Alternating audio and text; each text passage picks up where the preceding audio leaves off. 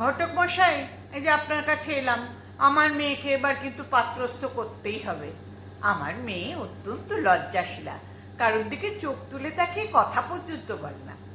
আরে কিচ্ছু ভাইবেন না, আপনার মাইয়ার যদি বিয়া না দিতে পারি, আমি আদিতে ডুব দিয়া মরুম।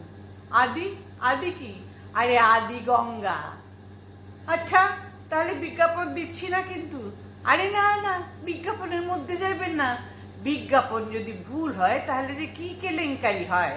একটা বিজ্ঞাপন দেওয়ানের আসিল 24 বছর বয়স্কা নাতি দীর্ঘ বরাঙ্গনা, সেইটা ছাপার ভুলে গিয়া দাঁড়াইল 42 বছর বয়স্ক হাতি দীর্ঘ বারাঙ্গনা।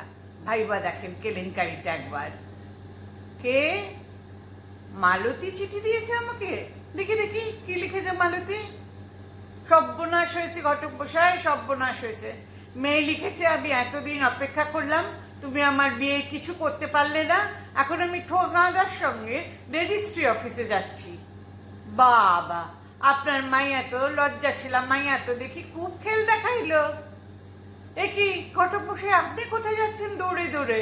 তা কি করুন, ঘটকালির থিকা তো কোনো দক্ষিণা পাইলাম না। এখন রেজিস্ট্রারি অফিসে গিয়া আপনার মাইয়ার বিয়া সাক্ষী হইয়া যদি কিছু আমদানি হয়